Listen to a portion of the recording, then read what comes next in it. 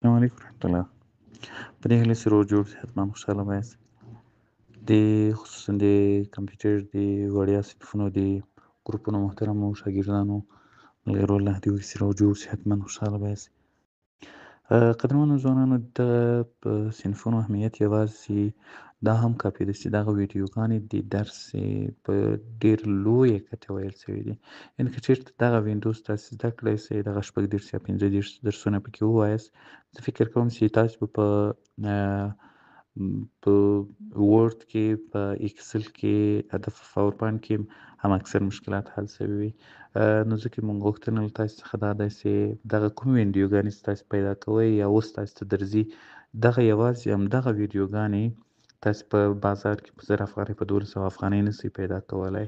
لومړی شاید ممکنه ولې پیدا نه کړئ، که چېرته مو بیا هم پیدا کړې نو تر 1000 او تر 1200 افغانۍ تاسو ارزانه نشئ پیدا کولی. ممکن دا تاسو ته یو فرصت وي چې په لاس درغلی دی، هم منظمې تاسو ته نشریږي او په عین حال کې د یو صنف په شکل تاسو ته نشریږي او په عین حال کې وړیا. یعنې زه فکر کوم دا یو فرصت دی او له دې فرصت څخه باید تاسو استفاده وکړئ. بله ویژه یو ځانګړتیا یې دا ده چې دغه درسونه تاسو کولی شئ چې په شپه ورځ وګورئ. یو شاګرد مثلا د ورځې کار کوي، وخت نه لري، درسونو ته ځي، کورس ته ځي، په هغه وخت کې تاسو دا ویډیو مه ګورئ. هر وخت چې خلاص وئ، ماخوستن ستړي وئ، سهار وختي وګورئ، سهار وختي مو نه سوی کولی، غرمه یې وګورئ. هر وخت چې تاسې روحاً له رواني لحاظه جوړ واستئ او ستړي نه واستئ، ویډیو وګورئ، مهم نقاط یې ولیکئ له ځان سره او ځینې برخې په کمپیوټر کې عملي کړئ. یعنې زه په دې باوري یم چې انشاءالله تعالی تر حضوري درسونو به ډېر تاسو ته مفید شي، ځکه په حضوري درسونو کې تاسو نشئ کولی چې له استاد څخه بیا مکرره پوښتنه وکړئ.